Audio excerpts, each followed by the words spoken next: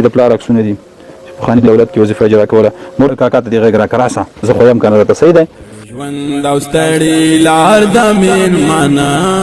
څنګه بچی ها پلار دې چېرته دی؟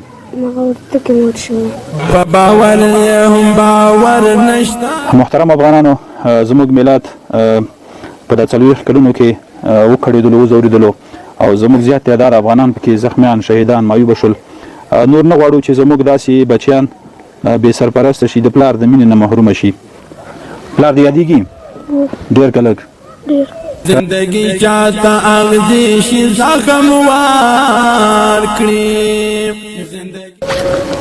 محترم افغانانو دا د پلار و چې په پخواني دولت کې وظیفه اجرا کوله او بس د جنگ بدبختي ده چې وفات شوی دی. دا واړه واړه ماشومان ته نه پاتې شوي دي.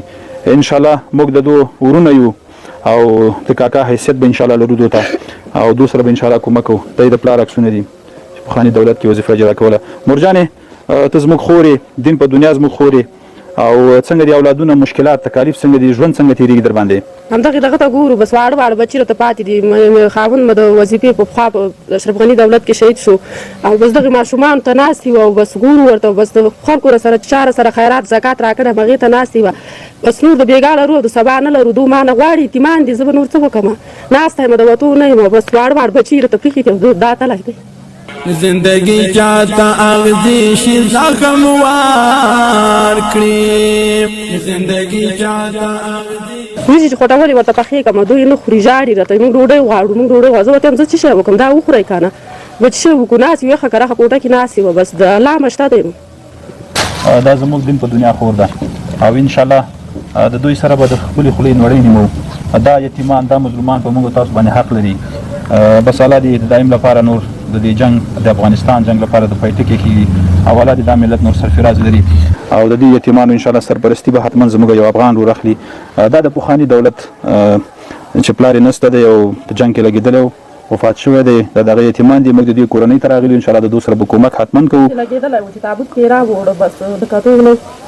مورجانې دا وطن په د 40 کلو کې همدغه بدبختیو سره مخ دی. اوسني هغه د افغانستان دښمنان بیا هم غواړي چې زموږ افغانان در بدره کې ووژني. ولې افغانان خیر شوي دي هېڅکله هم د داسې اشخاصو په خبرو نه غولېږي. انشاءالله موږ به خپل افغانانو ملت ته کار کوو.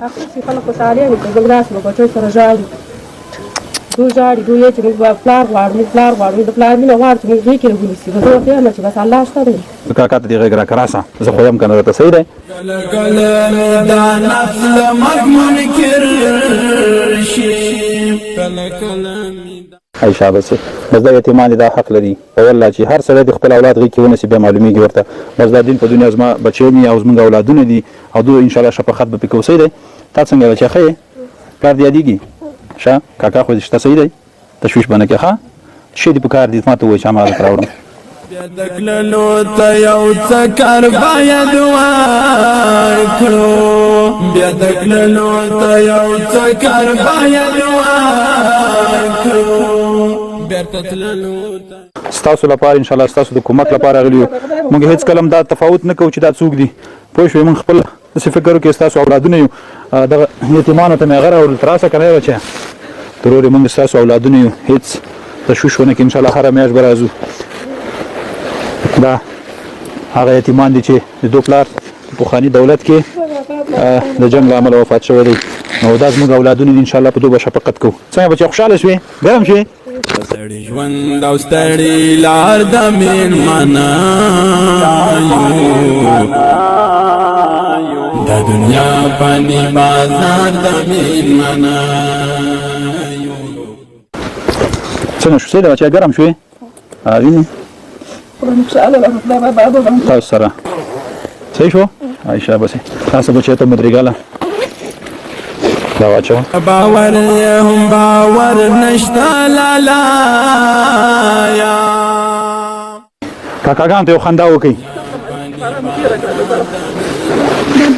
هر څه مې درته راوړي ښه سودا مودا مې هر څه درته راوړي شه بس غوښه مې هم درته راوړې ده ښه یو ځل دني شروع به وکړئ ښه